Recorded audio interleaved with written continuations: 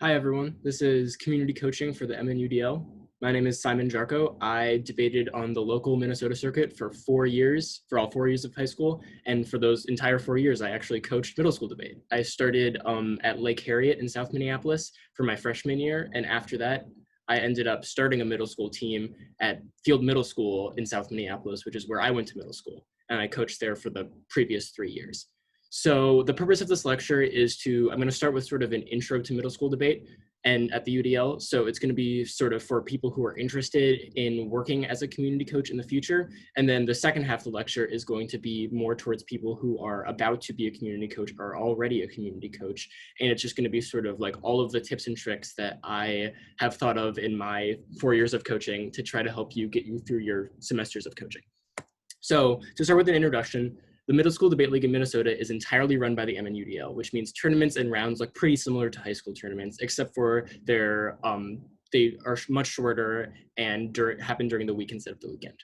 Where the high school season is mostly over by winter break, the middle school season starts in January and runs until March or April. Tournament dates are always sort of undecided and up in the air, so that's just something to prepare for. Similarly to high school, a team consists of a teacher coach, a community coach, which is hopefully you by the end of this, and as many debaters as you can recruit. And just like the Minnesota high school circuit, the middle school circuit relies on volunteers and dedicated community members to keep things running. So without people like you who are willing to volunteer for the MNUDL, we would not have a middle school debate league. So keep doing what you're doing. So community coaching and getting involved. Community coaching is one of the best ways to get involved as a high school debater because it allows you to use your knowledge and experience to teach the next generation of debaters. You also get to work closely with members of the UDL that you will be seeing throughout your debate career. This was especially great for me because I got to meet people who I would meet at high school tournaments and be able to like say hi to them and have conversations with them, which was really just like, it was helpful for nerves, it was helpful for building community, and it was helpful for getting to know more people who work with the UDL because it's something that we all spend a lot of time on. Coaching also makes you better at debate. Being able to like sort of understand the learning process, understand where your coaches are coming from, and especially judging, which allows you to view rounds more holistically. It allows you to sort of get back to the basics and understand how judges evaluate rounds, how to evaluate rounds, and it helps you become a better debater in the long run. If you are interested, reach out to Jake Sweet or anyone else at the UDL for help getting involved. I'm sure they'll help you get to work at it with a middle school team. There are always middle school teams that need help. So please reach out. And if you can't but are still interested in being involved, consider judging at middle school tournaments. We never ever have enough judges, so your help would be very appreciated in making sure that we have enough judges to keep middle school debates happening. All right, so this is going to get into more of the sort of tips and tricks part of the lecture. I'm going to just like go through everything I could think of to help you become a successful middle school debate coach. And I want to posit everything I'm about to say by saying there is more than one way to coach. I am by no means a perfect coach. These are just all of the things that I have gathered over my 4 years that might help you, but by all means, don't listen to me if you don't believe me, and just do your best and trust your judgment and work with your teacher coach to figure out what makes a best coach and what's best for your situation. Next, be motivated by coaching. If you view being a community coach as exclusively a part-time job, you're probably going to hate it because community coaching is hard, and it's the rewarding part of it is what you take from your kids and how you grow as a person from being a coach. It's really grueling, it's really hard, but it's ultimately super rewarding. And for that same reason, I would recommend all of you to try to start a middle school program at a middle school near you that doesn't have one, because building a team up is one of the most rewarding things I've ever done in my life.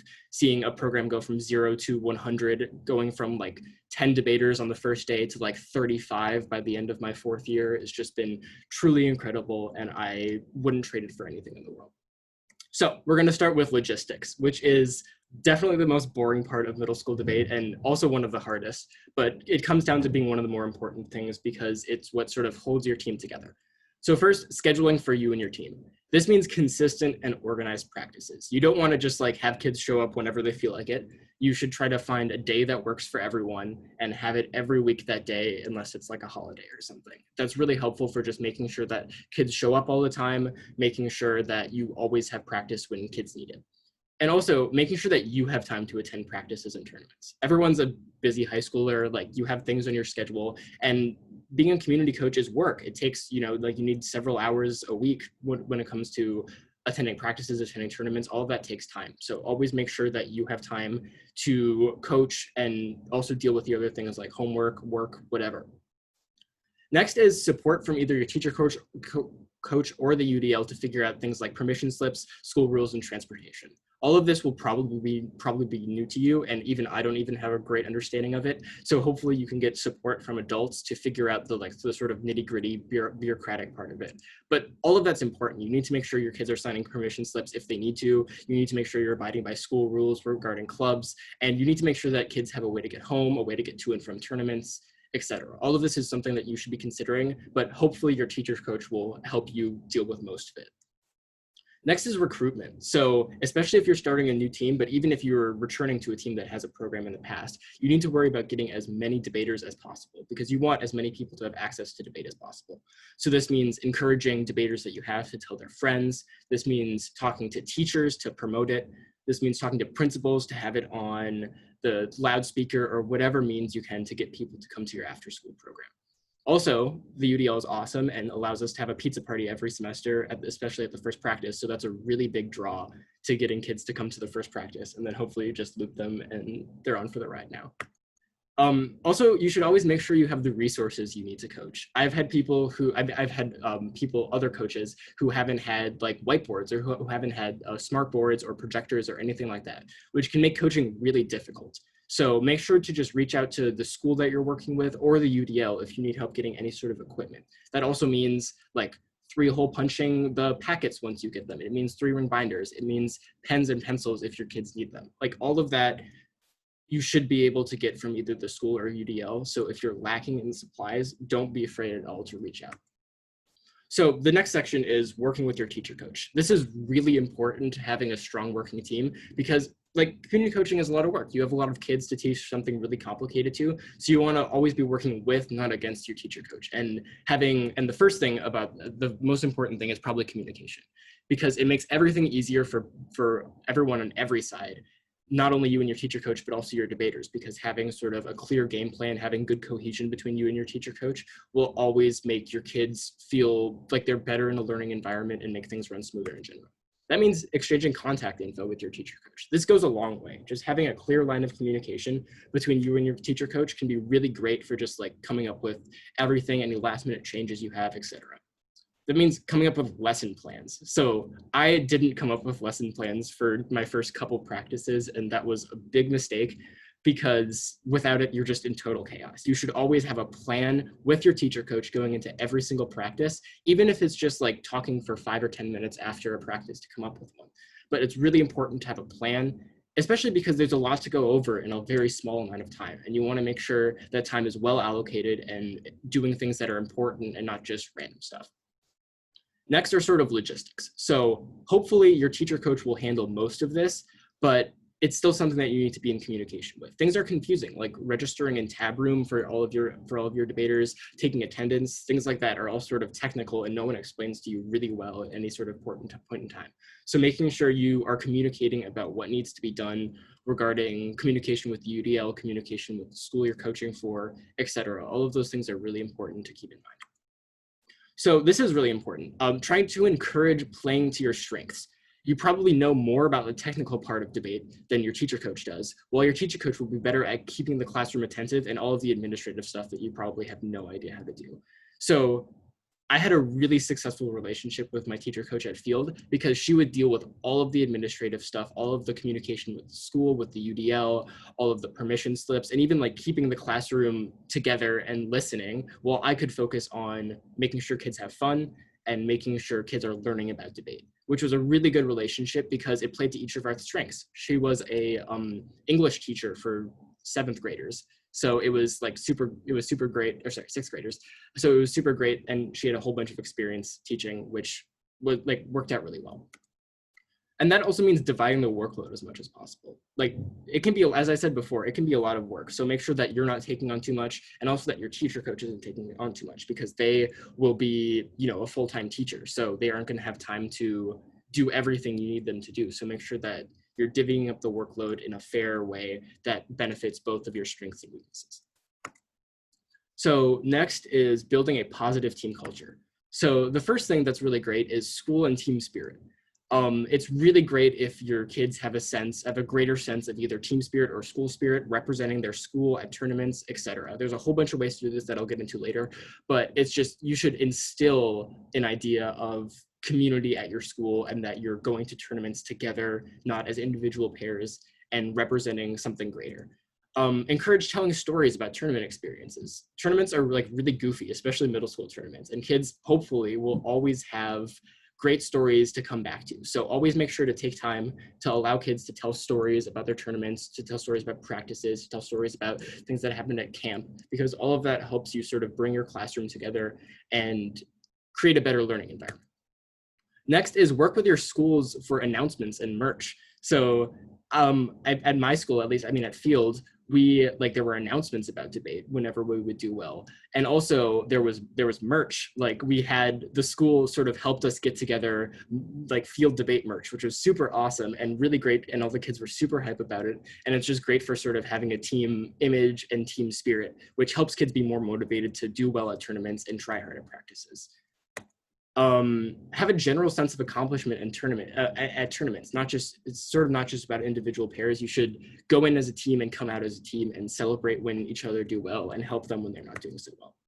Also, reflection days are something that's really helped my team get through tournaments, especially because tournaments are often like back to back. It's really helpful to just have a day after every tournament to like have a big chunk of time just set to reflecting, coming up with goals, talking about what you did well, what you need to improve on for the next tournament. All of those things are super important to being ready for the next tournament, and especially just like coming down after a stressful tournament. Because remember, middle school tournaments are happening during the week, which means kids, like go to school, go to a tournament, and then go to school the next day. That can be really overwhelming, and it can mean that they never have a chance to sort of decompress from the stress of a tournament or talk about it. So these are really good ideas to just help your team be ready for the next. Also, conversations about team culture and expectations. These are some of the most important conversations that you can have with your debaters as a coach. So you should always be open to suggestions and be putting out ideas about how to improve team culture and how to make sure that everyone's on the same page. So this means conversations about behavior. It means conversations about what it means to be a team member, what it means to be in a partnership, things like that. Because all of those are really important to making sure that your team is working together and not apart. Also, choosing partnerships. So at Field, we had a very specific way of choosing partnerships where we would sort of mix them up at all times. So that meant like we would have a Google poll or whatever to have people like sort of to put their top 3 partners, and then we would sort of mix them together based on what division they were in, etc. But that might not work for you. You might just want to let everyone choose their own partnerships. We found that it worked to choose partnerships for people so that no one was left out and that people were sort of working more together as a team than viewing it as a partnership only experience. But do whatever works best for you. Just make sure that you're ready to solve problems if you do just let people choose their own partnerships, because I promise you there will be. Also, encourage more experienced debaters to help less experienced debaters with evidence and concepts, instead of sort of separating your class based on division. I've heard of it where varsity teams would just like sort of go off by themselves and lurk in corners and do their own thing while the rest of the class was learning what a dishead was. It's important that you keep your class together and use use middle schoolers who know more about debate as a resource, not just as an excuse to send them off into another room so you can do your own thing. All right, so leading practices. First and foremost, have a plan. I said this in the previous slide, but it's a really, really, really good idea to just always have a game plan going into a practice. Even if it's like this practice, all we need to do is sit down and like look at evidence, help kids understand what evidence they don't understand, get 1A season, 1 in season order, etc. Even if that's just your plan, it's important to have an idea of what you're going to do before a practice, because otherwise it just turns into chaos and you end up wasting time not knowing what to do. Next is a balance between fun and learning. Debate isn't just a class. It's supposed to be like a club and a fun experience. And especially after a long day of middle school, kids are not going to want to just have another 1 to 2 hour class that they have to sit through. So make sure that you incorporate fun into whatever teaching you're doing. That means games, that means activities, that means time to talk, that means anything you can come up with to make learning more fun and to give them breaks in between learning about debate concepts. Big picture ideas are always the most important thing to come over. There is almost no chance that you're going to train a super technical middle school debater in the time that you have as a community coach, because it's not realistic. Like, maybe it'll happen, but chances are the best thing you can do as a coach is to just sort of instill these big picture ideas about how debate works, how argumentation works, how to be persuasive. All of those things are way more important than the nitty-gritty technical stuff. Also, something really important to go over is the confusing things. Like, you're handing kids a giant packet of paper and they're expected to know every concept in it. So make sure that you answer all of the questions you can. Make sure you go over confusing terms like disads, uniqueness, whatever. And all of that is way more important than like the technical parts of debate. I've totally fallen victim to just like wanting to say exactly how to debate and how to win every round when it's not pragmatic for learning, because no one's gonna take in all that information that fast in the environment that we're teaching it. Next is democracy is a double-edged sword. So I, as a community coach, love to just like, take feedback from my debaters, to like have them raise their hands to see what they wanted to do next, to help them have their help picking activities to do. And while this is a really good strategy to like increase engagement and make sure that you're doing what debaters want to do, they're also going to pick the most ridiculous stuff sometimes. So you just have to have an internal goal and meter of what needs to be done at any given practice, and then try to get that done as fast as possible, and then do the more fun stuff like games or learning a concept a fun way. But make sure ultimately that kids are prepared for tournaments, because that's the most important thing that you can do as a coach. Also, mix between individual work time and group lessons. No kid is going to learn debate by themselves, and just like throwing the packet at them and expecting them to like memorize all of it or learn how to debate just by looking at it is totally unrealistic. But also at the same time, if you're just like lecturing all of the time in every class, they're going to get bored, they're going to get unengaged, and they're not going to have time to practice things by themselves. So make sure that you have a mix of individual work time and group lessons to sort of give kids the whole experience and help them figure out which way they learn best. Also, individual work time gives you an opportunity to individually work with kids that need more help or have lots of questions, that don't want to speak up in front of the whole class or anything like that.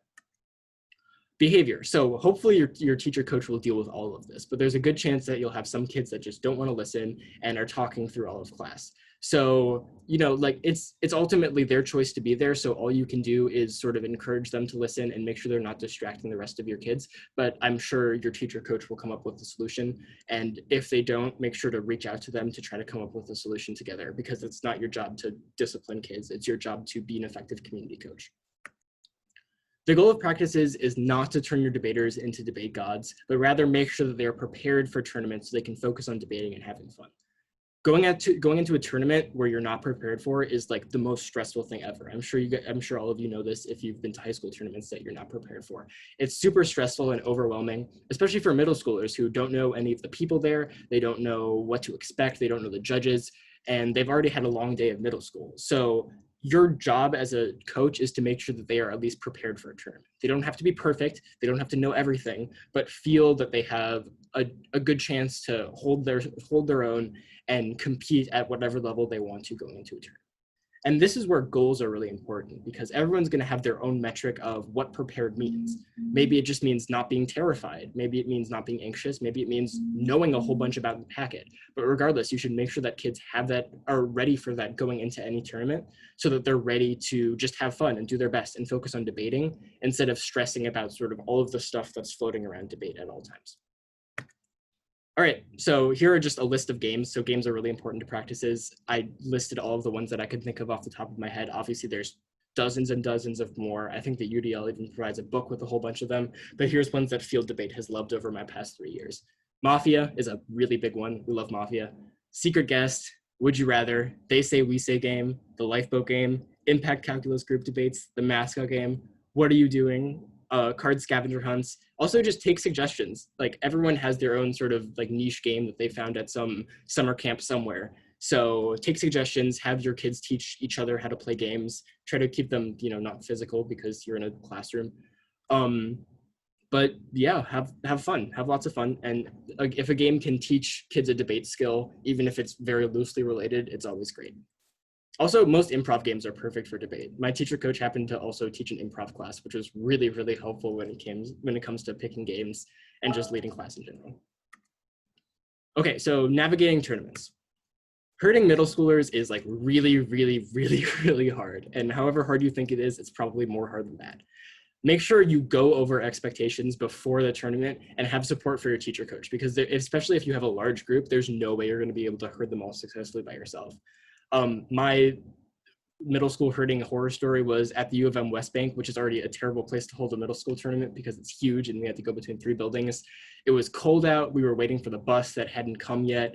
I had one kid who was like up on a bridge that was like saying he was going to do a backflip off of it. I had kids who were rolling down hills. I had kids who were like exploring, all while my teacher coach was looking for a missing kid who got left back on some part of West Bank. And that's just like the absolute worst case scenario. And I hope you never have to be in that situation, but be prepared for it and make sure that you have a game plan going into it, and make sure that you are very clear with with your expectations for your kids so that they, don't run off and get lost or anything. Try to check in with your kids every chance you get, even if it's just a second to ask how their rounds went. It's really important to be checking in because debate tournaments can be stressful. A lot can happen. Kids might get upset. They might have a bad round. They might have a great round. You want to know about all of that. And obviously you're probably going to be judging. You're going to have, food to get, etc. But every chance you get, even if you just pass them in the hall for a second, make sure you ask them how their rounds went. And when you get a chance, you should coach your kids. Like ask them if they need anything before the round, ask them if they're ready, make sure they know what they're going to say. But ultimately try not to be too technical focused. Don't like mega coach your kids before a round because that's ultimately not helpful for them. And they should just try to debate on their own. Have priorities. So making sure all of your debaters are accounted for and fed is way more important than giving a 30-minute long RFD. And even if you end up holding the tournament up a little late because you had to get one of your debaters to their room, that's way more important because ultimately this is for the middle schoolers and your debaters who are trying to debate for the first time, and having them get lost or being super stressed is not worth it at all. Be ready to frantically run around looking for kids, especially at tournaments and big and confusing schools. So like, as I was saying, in the U of M West Bank, you will have to run between 3 buildings looking for children because you don't know where they are. And it's one of the most terrifying experiences, but you'll do it and it'll be okay. Just prepare yourself and have support from the people around you. Also, make sure to hype your kids up. Tournaments are a chance to meet friends, have fun, and show that what they've learned in practice. So do your part in making stakes as low as possible. Debate tournaments aren't about winning at all. They're not about speaker awards. They're about having fun and showing what you've learned at practice. So make sure that you sort of teach your debaters that that's how debate works, and that's how to have the most out of debate, not just whether they win or not. All right, so next is sort of my miscellaneous thoughts. So I didn't think that these sort of required their own slide, or I didn't choose to because of the sake of time, but a whole bunch of thoughts that I thought I should share before ending this lecture. So first, boundaries are important. So everyone is going to have their own boundaries, but just like make sure to be sort of clear with them in your own head and make sure to enforce them. So for me, this meant not giving any middle schoolers my social media, which I would recommend to absolutely everyone because they will, you'll get into worse situations giving out your phone number or social media to your middle schoolers because they'll always come up with something to do. Also, that maybe this means just not answering personal questions. And everyone gets to determine their own sort of comfortability with this, but you should always keep it in mind and be ready to enforce it. Discussions about how to be respectful in debate are just as, if not more important than ones about how to be successful. So respect is a really important thing in middle schoolers because they can be mean sometimes. So make sure that all of your kids are nice to the people, not only on their team, but the ones that they're competing against. They're nice to judges, they're respectful because that's the most important thing they can lead this activity with. So this means even taking days out of to like take a break from learning to just like talk about what healthy debate spaces should look like, how to be respectful to your judges, how to be respectful to your opponents, and what to do when you're frustrated, what to do when a judge said something that you didn't like, or a team said something that was hurtful. Like, make sure that they're comfortable reaching out to judges, coaches, you especially, and your teacher coach in order to get help in situations like those so they're not dealing with them by themselves. Tell your debaters about opportunities like middle school MDA and high school debate. This is because ultimately middle school debate is really just like a springboard into high school debate and all of the wonders that you're experiencing right now. So make sure that you tell your debaters about those opportunities and have slideshows about why to go to camp, have slideshows about how great high school debate is. Tell your stories about high school debate and how it has affected you and all of the opportunities that it has set you up from, because ultimately that's what's going to propel them forward. You have support and resources. Never be afraid to reach out for help from the UDL or people on your high school team. People are always willing to help. I've had people from Washburn coach practice debates at my middle school like so many times, because it's just a great opportunity and you have people to support you. And especially at the UDL, they have a whole bunch of really dedicated people who are there to help you get the resources you need, get the help you need, even like lead a practice if you needed help teaching a specific concept. So make sure to reach out if you ever need any help. Also, be ready to put in some extra work. Like coaching middle school is always sort of harder than you think it is. Like I remember I've spent like hours after practice just 3-hole punching the packet because it didn't come 3-hole punched, and we needed 3-hole punch for binders because otherwise there was just gonna be a whole bunch of paper everywhere, and it's work sometimes, and you have to be ready to spend time making lesson plans, spend time coming up with games or making slideshows or coming up with the best ways to tackle evidence, and just like be ready to take that extra time because you're going to need it. But also remember that you have support from the UDL and your teacher coach, hopefully, to help you navigate those things and divvy up the workload so it's not super overwhelming for you. Also, this should go without saying, but be an influence. Be a good influence. Middle school debaters are not the people to flex what you did at parties or anything too. So just make sure that you go into middle school debate as an instructor and as a coach, not like, some edgy high schooler. Also, remember that coaching is hard, but it's one of the most rewarding things you can do. So if you're ever down about coaching or you feel like you're not connecting with your kids or something is going wrong, always just sort of like take a minute, figure out what you need to do to move forward, email someone at the UDL to ask for support. All of that is possible, but at the end, coaching is incredibly rewarding and one of the best things that I've done in my time at high school. All right, so that concludes my lecture. Congrats on making it to the end. I hope you feel a little more prepared to coach next semester.